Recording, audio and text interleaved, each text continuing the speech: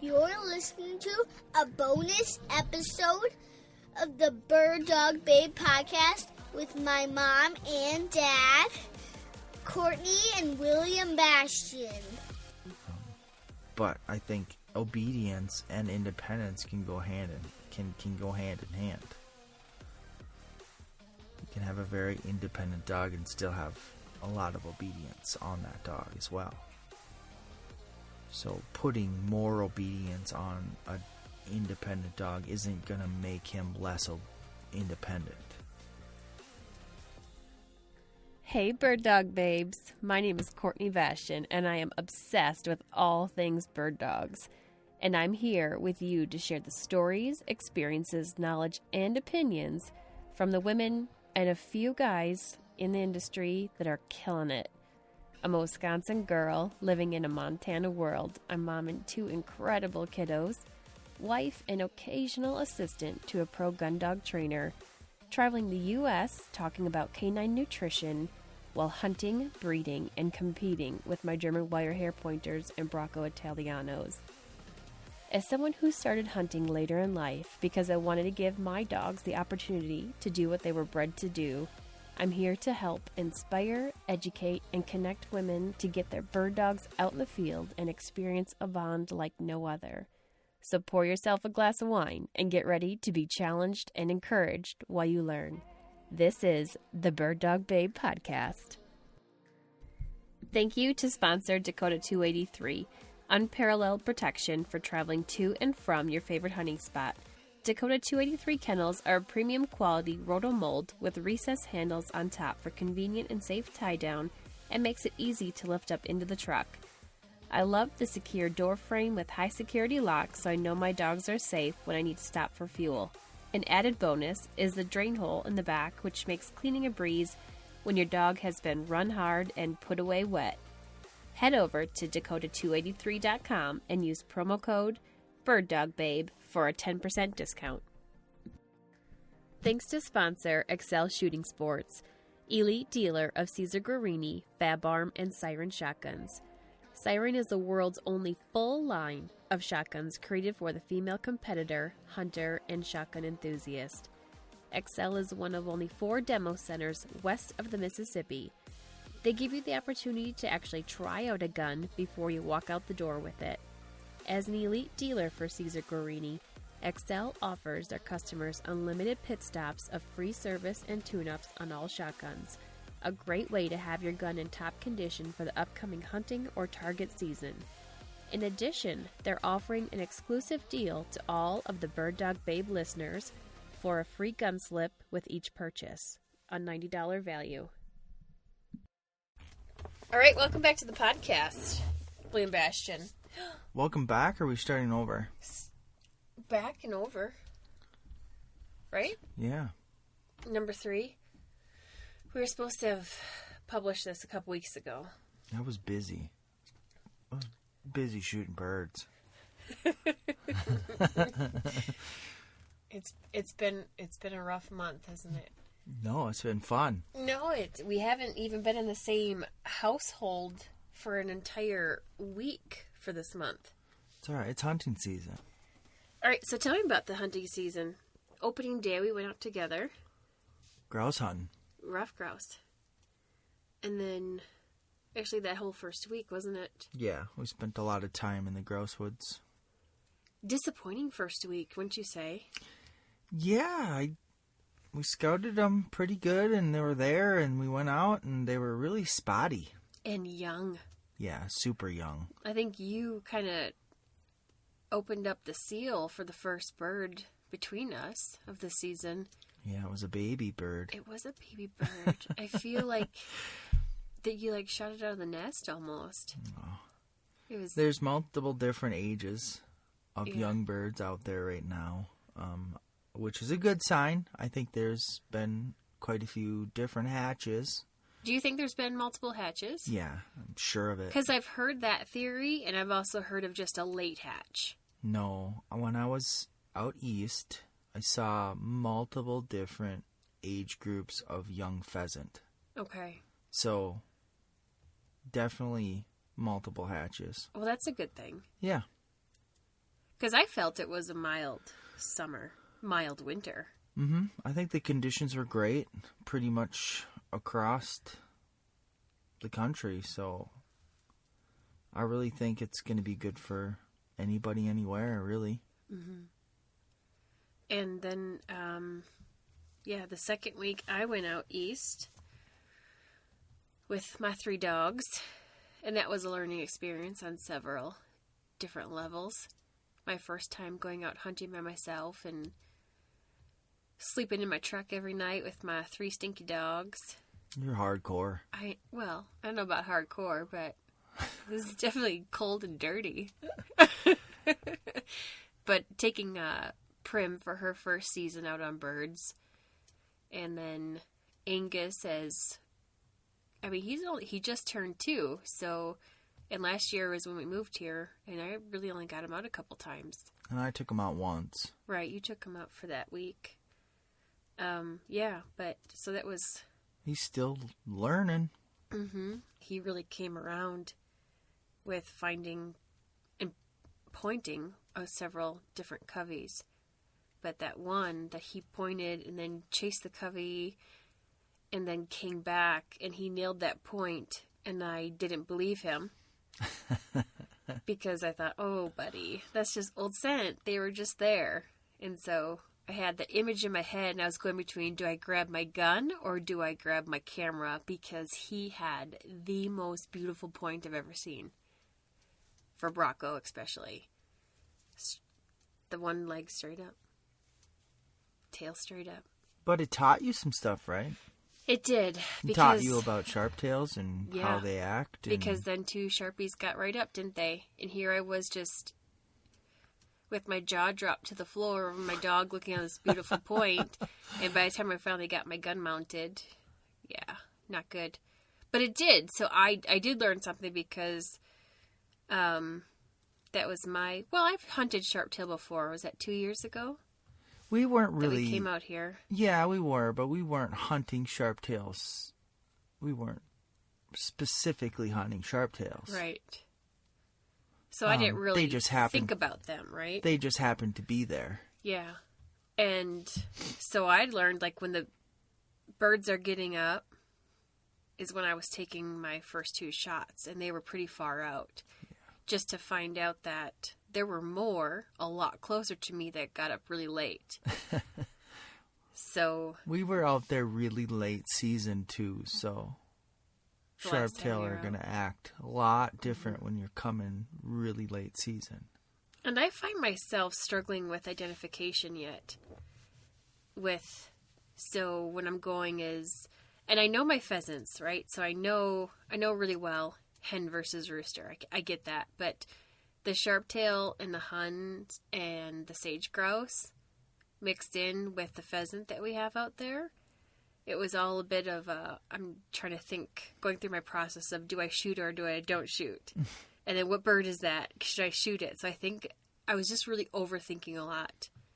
But I was also out with young dogs too. Mm-hmm. So... Well, when you finally get into your first sage grouse, honey, there will be no question that you'll know it's a sage grouse. In what way? Because they're big, big birds. They're like little turkeys flying up. Really? Yeah. I did see a picture of somebody holding one straight out, and it looked like a little dinosaur.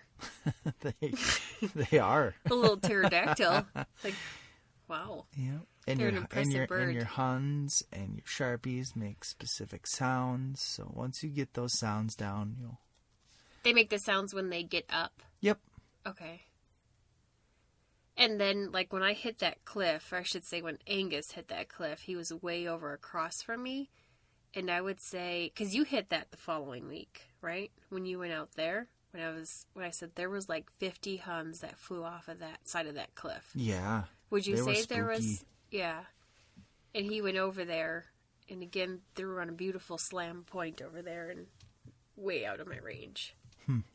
Like I said, he was pretty confused with himself being a Brocco Italiano versus an English pointer. Yeah, I really wish I would have paid attention to your waypoints.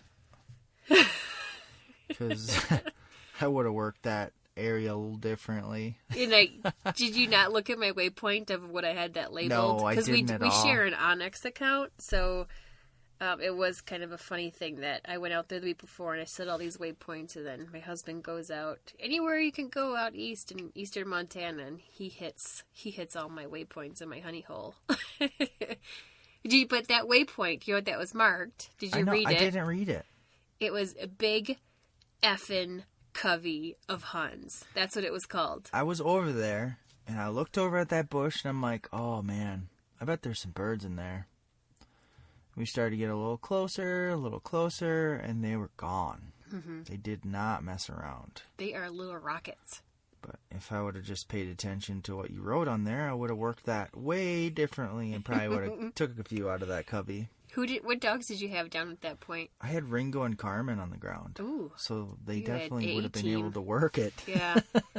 But you got the coolest part about you going out there was with our little Ruthless puppy, 4 months old. Can you tell that story? Yeah, I took her out and ran her with some bigger dogs, expecting nothing, absolutely nothing, and that little brown dog surprised the heck out of me. Did she surprise you, though? Yeah. I mean, I would never have expected her to point a covey of Sharpies at that age. Mm-hmm. You even got a picture of it. Yeah. That was crazy.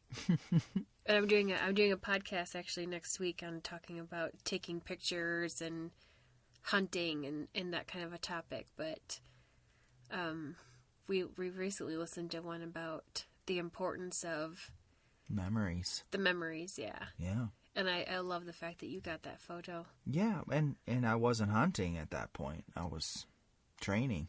Because you had your limit by then? No, but No, because you shot a bird over her. I did. Yeah. I mean, I had my gun with me, but I had the dogs I had on the ground, I did not think that we were going to be getting into birds and they were going to be very productive. I just wanted to expose them to that. I figured we would bump some coveys and they would have a learning experience and we'd go from there, but it turned out to be a fun little hunt. What dogs did you all have down besides Ruth? I had 2 other client dogs. Okay. I had Greta and ooh, the short hair. And Gobi. Yeah, she surprised the heck out of me. Yeah, 6-year-old short hair. Yeah. And you said that was like a reason that you may have considered even short hair because you really enjoyed hunting over. And you've hunted over a lot of short hairs. I have. She was a wild bird finding machine, which I think really helped out the other 2 because she was locating a lot and they'd come up and they'd go, "What are you doing over there?" And birds would get up, and then they'd freeze, and then the next time they would back her, and then they started to kind of hunt on their own, which was great. They learned a lot from her. That's cool. What was your best part of the first month of opening season? Just getting out of the house. Yeah. Now, anytime I can get out, it's great. I feel like we're getting out a lot, though. Which is Don't fine. you think? Well, we should. That's why we moved here. Yeah. Yeah. Which is funny, because we moved here, we were told there's no birds here. Yeah, well, there isn't any birds There are no birds here. There are no birds here. No, but really, I mean, right behind us you go up the mountain and we get into blue grouse. Go down the mountain and you get into roughies. And I got my first, what was it called? Like a copper band? I always called them mixed phases. A mixed phase? But then you had to Google it. And what did you come up with? I don't know. They were bronzes? Bronze or copper. Like, I don't know. It's the color of the band, because I guess the most common band color is black.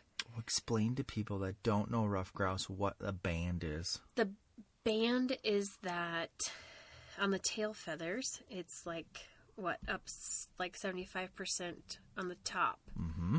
And it's a black band that goes across all the feathers if it's a male.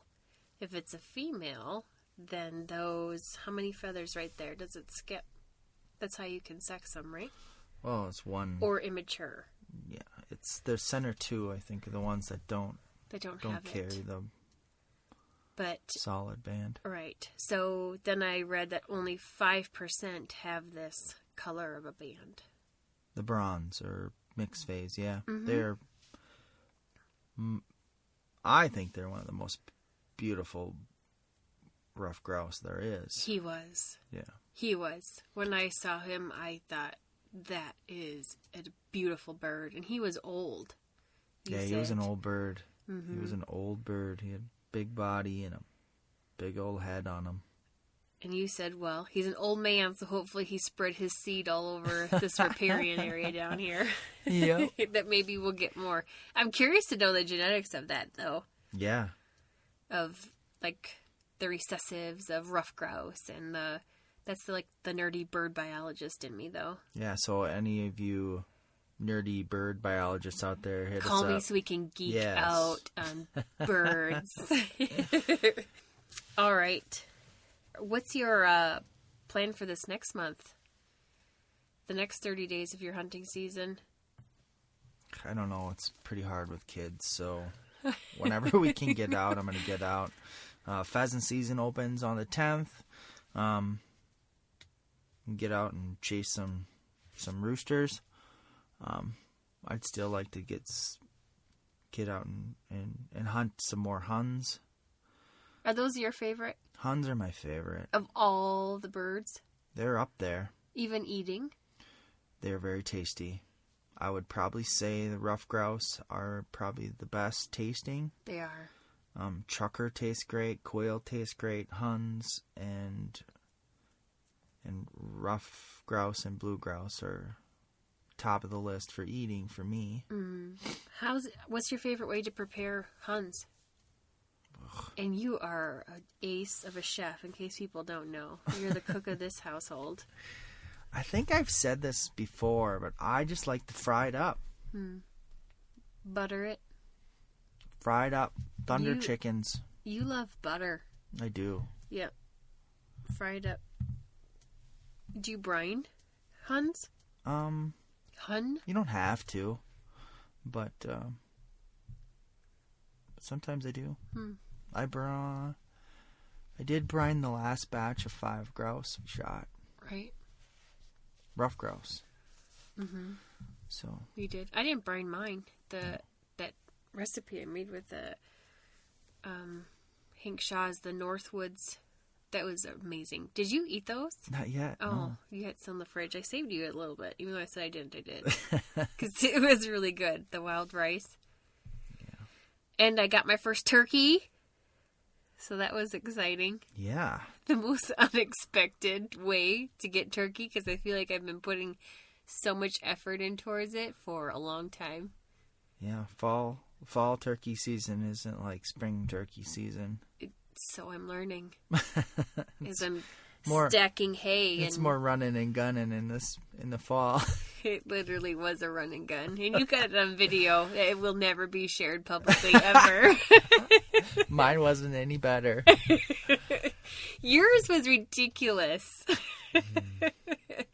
You were trying to set me up. Yeah, but You're like, hey, you go over where your blind is, and I'll scare them over by you. All of a sudden, I see you sprinting up the hill, and boom. they weren't. Honey, I got one. I'm like, oh, great, good job. They weren't turning, that's for sure. They were going straight up. It was funny. That was delicious too, though. We still got a couple in the freezer.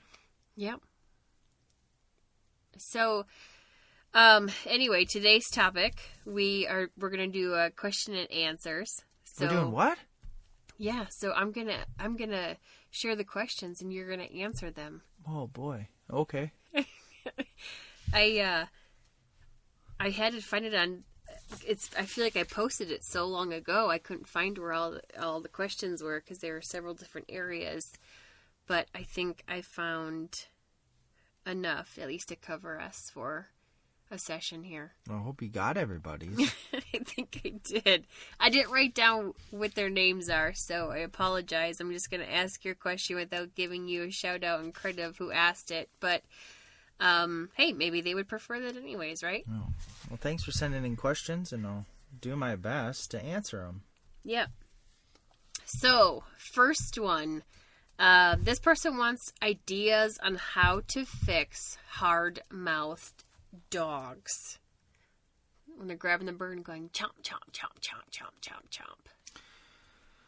I guess I would have to ask them more questions to help them out even a little better. But my first inclination to help them would be that they would need a conditioned retrieve. Focus on hold and carry. Holding the bird properly and carrying the bird properly. A lot of it's excitement, especially in young dogs when they have when they're biting down on those birds. More of a play and investigating on that birds than anything. So depends on the age of the dog. Sometimes they just outgrow it. But definitely condition retrieve. Focus a ton on the hold and carry. Using frozen birds, and I use a water bottle. Those cheap water bottles fill them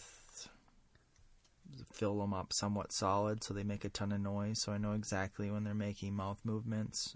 Positive reinforcement when they're holding it good. Correction when they're not. What kind of corrections are you making when they're not? Just or a no, or just so they know that that's not what I want. So it's not something that you're putting an e-collar on them for to make these corrections? No.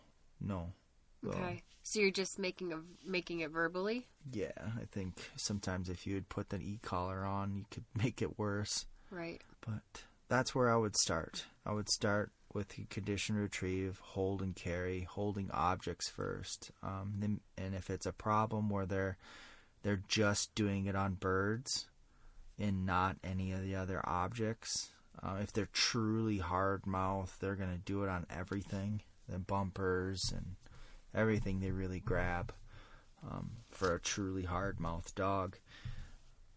But if it's just birds, it's going to be a little easier to fix, starting with hard frozen birds wrapped with vet wrap and go from there of hold and carry. What does the vet wrap part do for it? Just keeps the feathers and out of their mouth. Okay. Do you think that's why they're doing it? Because they like to have the feathers?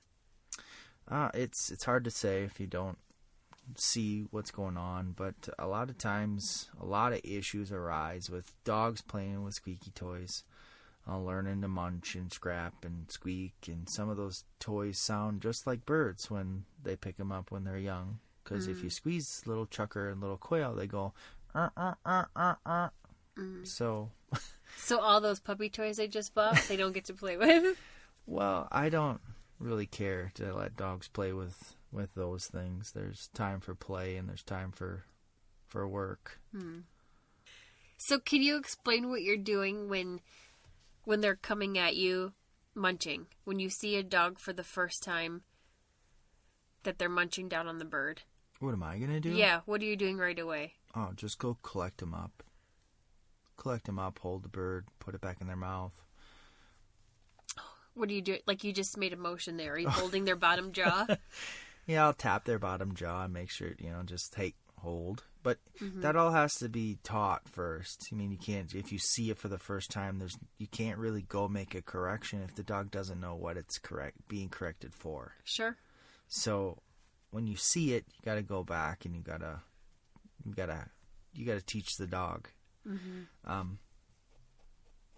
So that condition retrieve process, that's going to be a whole new podcast. Yeah. Because that's what you think is the most essential part of it. Okay. I mean, there are dogs out there that come out of the box and they're natural retrievers and they're soft mouth and they just don't have any issues, which is great. But some dogs need some help. Okay. All right. Hopefully that answered that one. The next one says pointing versus retrieving and how to train both. Okay, I don't quite understand what this question means. Are you talking about pointers versus retrievers?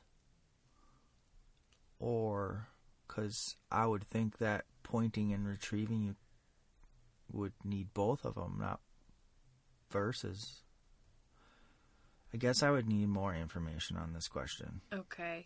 So let's take it from a point of, I'm confused too. Pointing breeds versus retrieving breeds? I guess if you own a pointer and a retriever. And how to train them both together. I mean, this could be many, many different questions. You're right. Okay, let's ask this person to come back with a... Yeah, whoever put this question up, go ahead and...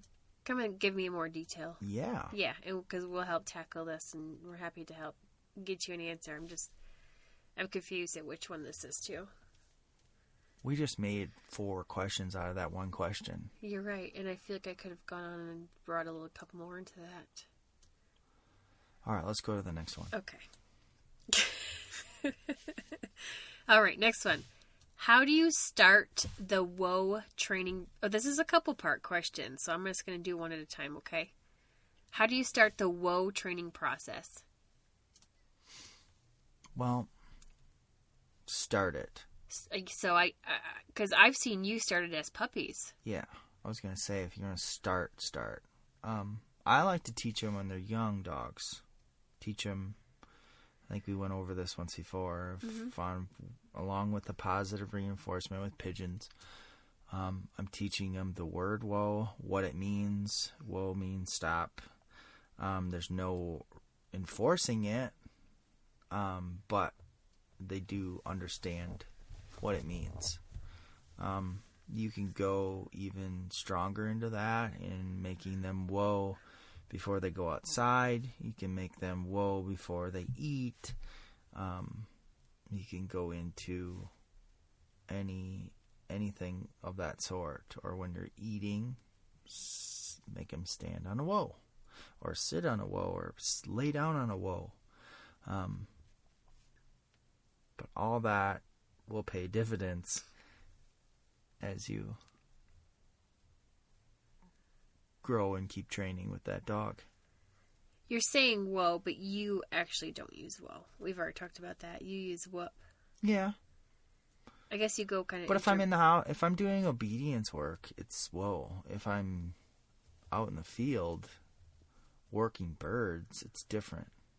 It's an easier, softer whoa, as in whoop. So. But essentially, they both mean the same thing, right? Exactly. Does that confuse the dog if you're using whoop versus whoa? No. Does stay and whoa confuse a dog? It means the same thing. The second part is, are there any little tips to start conditioning the pup at a young age? And are training tables a necessity for teaching whoa? So let's go with that second part there. Training tables are not a necessity. I don't use a training table to teach whoa. What about a platform? You could. There's many, many different ways you can whoa train a dog. I've seen them on barrels. Barrels, place boards, just the ground, a whoa post, which I use a lot. You use the whoa post. Whoa tree. Whoa whatever, right? But table is not a necessity, no. It's not even a necessity to do a conditioned retrieve. It's just nicer because they're at your eye level. What, the table's not required for conditioned retrieve? You don't need it, no. So why do you like it? Because it puts the dog at my level. Right him face to face. What does that do? Just so I don't have to bend over all the time. Just puts him on my level. Kind of takes him out of his comfort zone too. He's up in the air. All right, the next question. Training steadiness when you don't own launchers. I have a pup starting his second season and want to work on getting him steady to flush. I have birds and can get harnesses and cages and such, but don't have the funds to invest in launchers right now. This is a tough one if you don't have launchers. Just because timing is so important and when to get that bird in the air. And, kick cages and harnesses and stuff, the timing's going to be way off. Even if you have a kick cage tied to a string and you pull it, it doesn't mean that bird's going to fly when you need it to. So using training birds, launchers are your best option. Your best bet is to go out and put them on wild birds until the dog's standing there until they flush.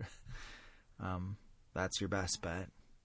Doing yard work and whoa training would also be beneficial, but if the dog isn't steady to flush by its second season after hunting wild birds, you're probably dealing with a cooperation issue. So I would go and do some obedience work in the yard and do some whoa training in the yard. I think that would help this dog that we're talking about. So wild birds is your number one? Number one would be wild birds. Okay.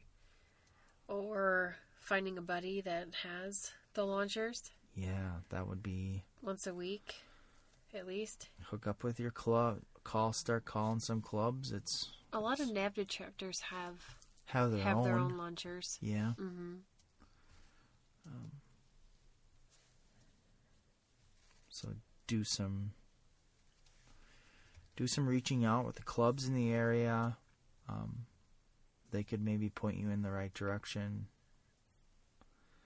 to finding some, or if you don't have wild birds as your access to wild birds, it's not everybody does. Right. It depends on where you're at in the country.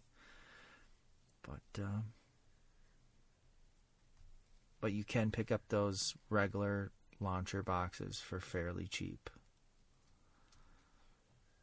Sometimes I've even seen them on social media, people giving them away. So, I mean, if you can't find anybody to help you and you don't have wild birds in your area, I would look for a cheaper launcher box. You can probably pick them up for like close to $20. So what's the downfall of using that? Of using what? Those ones you were just explaining versus the launchers. Well, a launcher with electronics, you just got to push a button and you can be anywhere. Right. The launcher tied to a string is you have to be near that string to launch it. So the dog you can have a big running dog or a bigger ranging dog and they can jump in on it. And you could, but you have to be very strategic in where you place those boxes so you know exactly when that dog's going to pick up that scent and what area it's going to go on point so you can put that string in the right place so you can grab it. So would you think that maybe putting that in really thick cover would be more beneficial because that's going to be harder for the dog to get at? Yeah. You could start with what I called it as bird in a hole or bird in a bush or whatever. Yeah. So the dog has a really hard time getting in on it. Mm-hmm. Like a big brush pile. Yeah. Like we had a big brush pile of sticks at our last place that you took. I have it here too. You just haven't seen it. I haven't seen it? Well, then it's hidden really well. And you should pick it up. It's down in the field. I don't need to pick it up. Okay. You don't mow there. All right. But the thing is with that is when you want a dog to be steady to flush, I mean, timing is really crucial. Mm-hmm. So just keep that in mind when you're working your pup, because it's first sight of movement. You want to flush that bird, and if the dog's not pointing at all yet, then it's even tougher. Mm-hmm. Okay. So, but she did say it was on her second season, so the dog should be pointing. Mm-hmm. So. But they get bad habits from season to season, right? So if you don't have those extra tools to keep them fresh. Mm-hmm.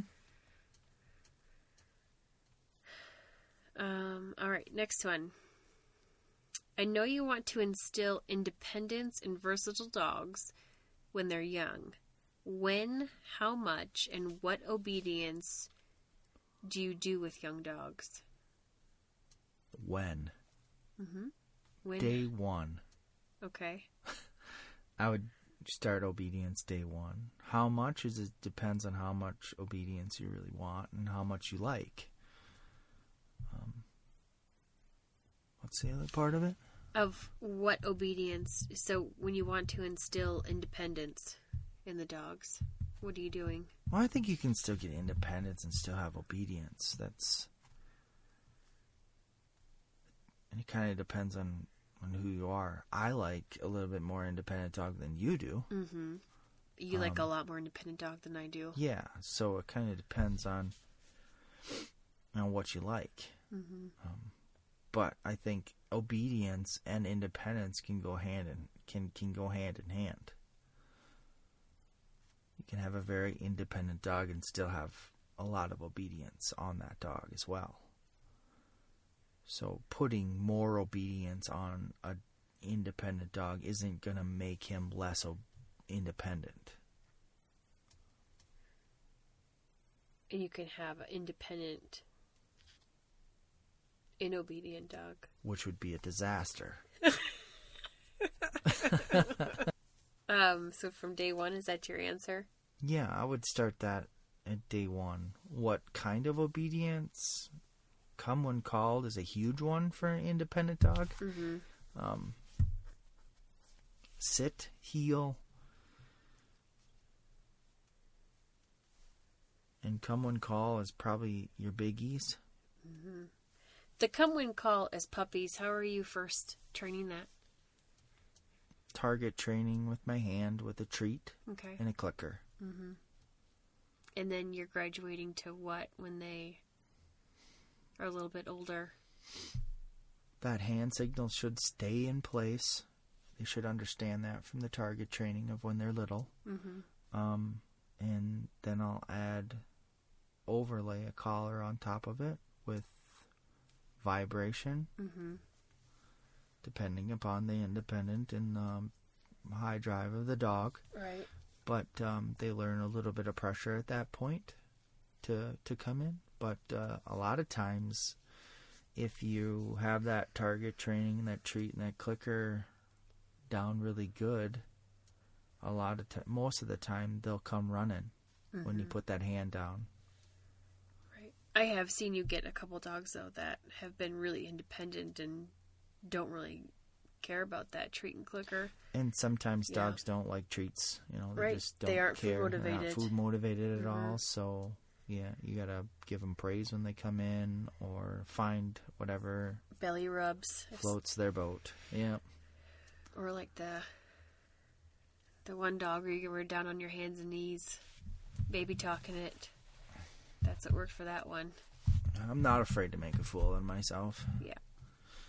As long as that gets the job done. All right. Next one. How do you introduce tracking? Do you need a live bird, or can you get by on mostly using dead?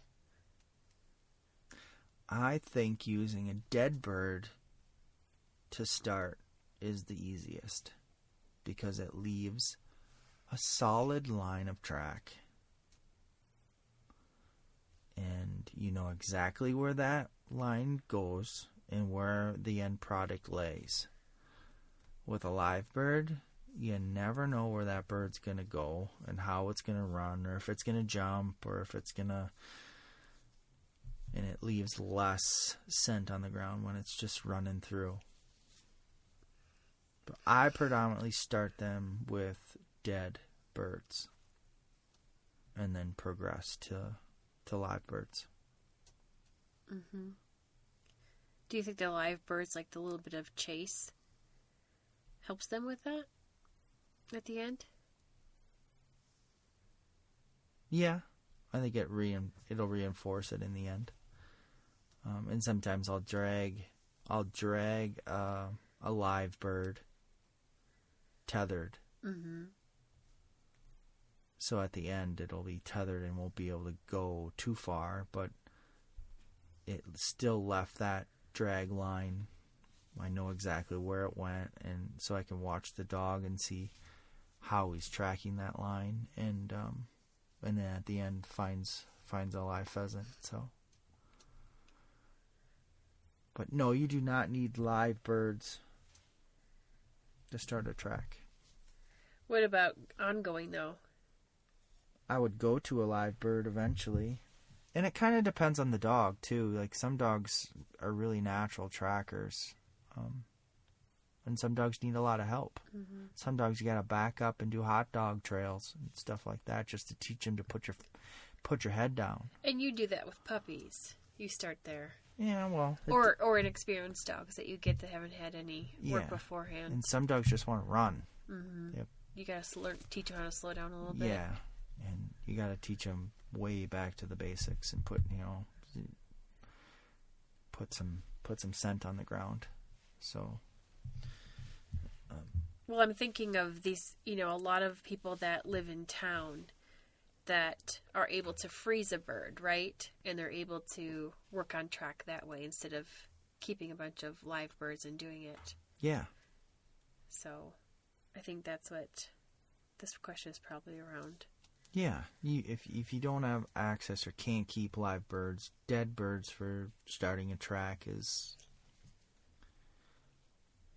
fine. Do you think it's good to thaw it out a little bit? Oh yeah, I wouldn't use a frozen bird. Thaw it out the day before, and then so you got to plan a little bit ahead. Mm-hmm. But yeah. Okay. Thank you for joining me for another bonus episode. It was fun doing Q&As with you. So if you have any more questions, just send them to the Bird Dog Babe. Thanks for listening to another episode of the Bird Dog Babe podcast. If you enjoyed this episode and learned something from the content, please share it with your friends. Please subscribe, rate, and review this podcast on whichever platform you're listening from. Check out the show notes for links to references from this episode, as well as info on how to connect through Facebook, Instagram, and YouTube. If you're loving this podcast and want to support the production and content, please consider becoming one of my Patreon patrons. Being a patron connects us more on a personal level, where I'm able to help answer questions and give advice. My husband William and I have bred, owned, and trained AKC Master Hunters, Field Champions, NAVDA VCs, and AKC Show Champions. We're excited to not only share what we've learned, but also listen from previous and future episode guests for additional content. Go to patreon.com/TheBirdDogBabe and $5 per month and you're in. Through the Patreon platform, 5% is donated towards conservation and an additional 5% is donated to the AKC Canine Health Foundation. Until next week, Bird Dog Babes, keep them versatile.